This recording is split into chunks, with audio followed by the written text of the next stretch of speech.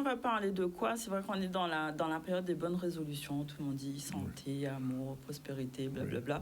Blablabla. Donc pour moi, c'est ça, parce que la résolution, en fait, ne fait pas l'action. On est d'accord. Une résolution qui n'a pas de fondation, ça ne fonctionne pas. Et en fait, l'idée, c'est d'avoir une vraie stratégie, une stratégie personnelle et de mettre des objectifs, des actions en place qui sont alignées avec ce que je veux, qui je veux être, comment je veux me projeter dans l'avenir, quelle personne je veux être. Et pas faire forcément, mais être est plus important que le faire. Alors comment faire? On va voir ensemble. On va voir ensemble. Alors, peut-être qu'on peut avoir en même temps, voilà, exactement, le visuel en fond d'écran. Alors, ça va commencer par quoi, déjà, pour définir une résolution? Une résolution, qu'est-ce que c'est? C'est un engagement à court terme. Donc, c'est un engagement à court terme avec un objectif qui est de pouvoir, je ne sais pas, perdre du poids, être en meilleure forme, rencontrer l'amour, je ne sais pas. On peut avoir plein d'objectifs différents, à différentes échelles, suivant là où on se situe. Et la difficulté des résolutions, c'est que, comme je disais, elles ne sont pas forcément ancrées dans un terreau, dans des fondations qui me permettent de rester motivée et focus sur cet objectif à atteindre. Alors, comment on peut faire dans un premier temps? C'est se poser la question, et comme madame disait très bien, c'est de se connaître, c'est important de connaître ses valeurs et être aligné avec ce que je veux. Qu'est-ce que je veux? Qu'est-ce qui est important à mes yeux de réaliser? Comment je vais mettre en place les actions par rapport aux valeurs qui sont importantes pour moi. Donc, si c'est la famille, si c'est la liberté financière, si c'est... je ne sais pas, en fait. C'est vraiment de se poser la question, c'est quelles sont les valeurs qui sont importantes pour moi et comment je peux avoir des actions qui sont alignées avec ces valeurs. Si j'ai des actions alignées avec ces valeurs-là, je vais avoir une intention, un cap, une direction.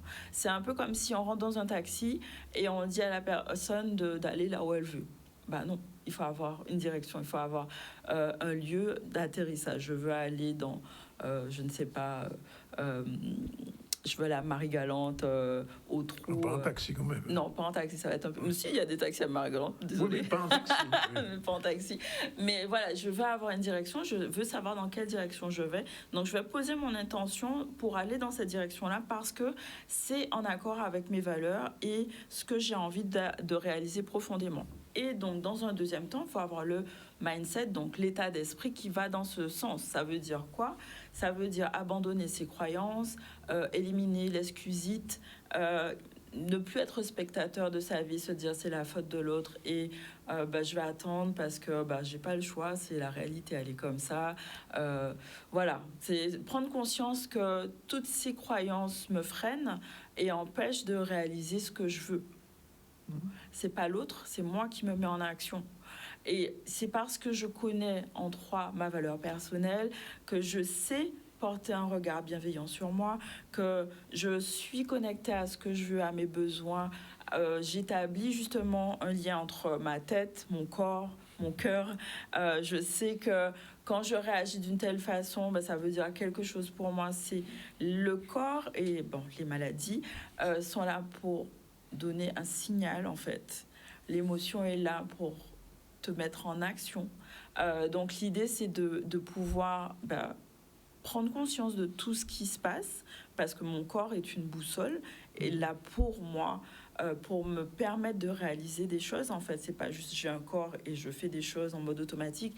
Vraiment, se connecter à son corps, c'est vraiment essentiel pour pouvoir être en équilibre entre l'agir et le faire, donner, recevoir et prendre du temps aussi pour réaliser ça, se connecter à l'essence de qui je suis, mettre en place des choses qui me boostent, qui m'illuminent en fait, qui me poussent, qui me motivent, ça c'est hyper important.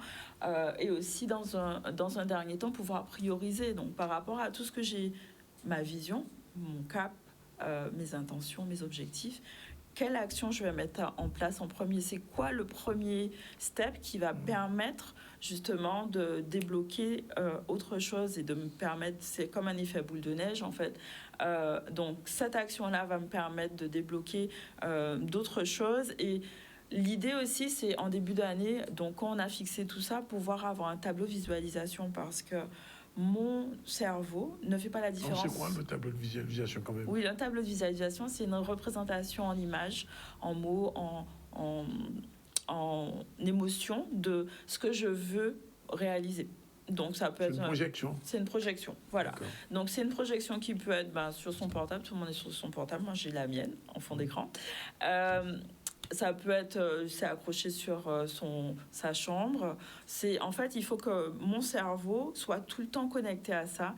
Et c'est pas que poser des images et dire, voilà, je veux être millionnaire. Ok, moi aussi, je veux être millionnaire. Mais c'est quoi les steps pour y arriver? Parce que ça veut rien dire pour moi actuellement d'être millionnaire, mais peut-être que c'est juste avoir 300 € de plus ou avoir 1 000 € de plus par mois. Enfin, voilà.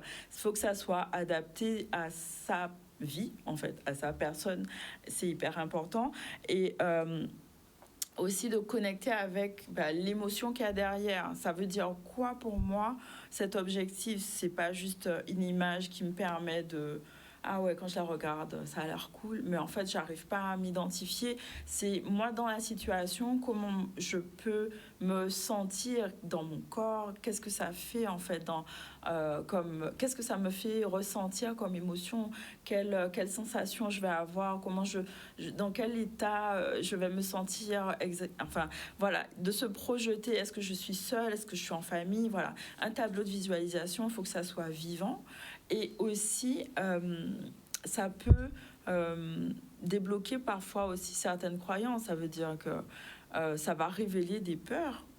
La peur du manque, la peur de ne pas y arriver, la peur de... Voilà. Et l'idée, c'est de pouvoir les identifier, débloquer, déboulonner ces croyances-là.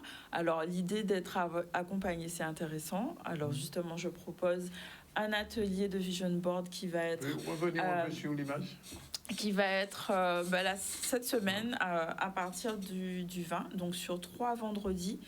3 vendredis, pourquoi? Parce que c'est partir de la connaissance de soi, de ses peurs, de ses croyances, pour pouvoir créer la réalité que je veux et vraiment l'incarner. Donc on va être sur 3 séances différentes parce qu'avec les outils que j'ai en main, c'est-à-dire le coaching, l'hypnose et la PNL, on va pouvoir... L'hypnose ou l'auto-hypnose?